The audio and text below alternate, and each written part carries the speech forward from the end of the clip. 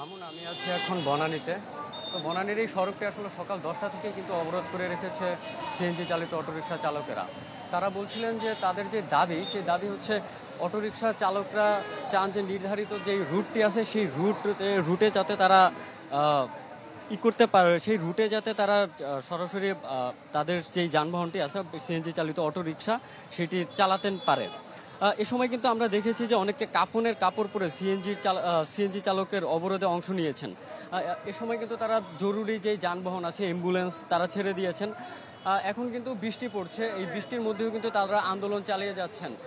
আমরা দেখেছি যে আন্দোলনকারীরা এখন বিআরটি যে ভবনটি সেই ভবনের গেটের ভিতরে অবস্থান করছেন।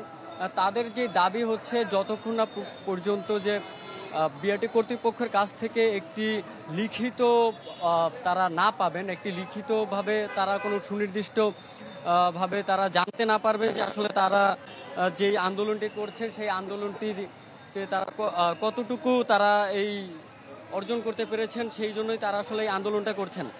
যতক্ষণ পর্যন্ত দাবি আদায় না হবে ততক্ষণ পর্যন্ত আন্দোলন চলবে বলেও ঘোষণা দিয়েছেন আন্দোলনকারীরা। এখন কিন্তু তারা বলছেন যে দাবি আদায় না হওয়া পর্যন্ত বিআরটির ভবনের ভেতর থেকে কিন্তু কোনো কর্মকর্তা বা কর্মচারী এখন বের হতে পারবেন না। তারা সেই দুইটি গেটই কিন্তু তারা বন্ধ করে রেখেছেন। আর প্রায় 6 ঘন্টা নাগাদ কিন্তু এই গুরুত্বপূর্ণ মহাসড়কটি অবরোধ আছে। এর কারণে কিন্তু জনদুর্ভোগ চরমে পৌঁছেছে। আর যার ধন্যবাদ। রাজধানী বনানী থেকে জানাচ্ছিলেন আমাদের সহকর্মী রৌনক মাহমুদ সৌরভ।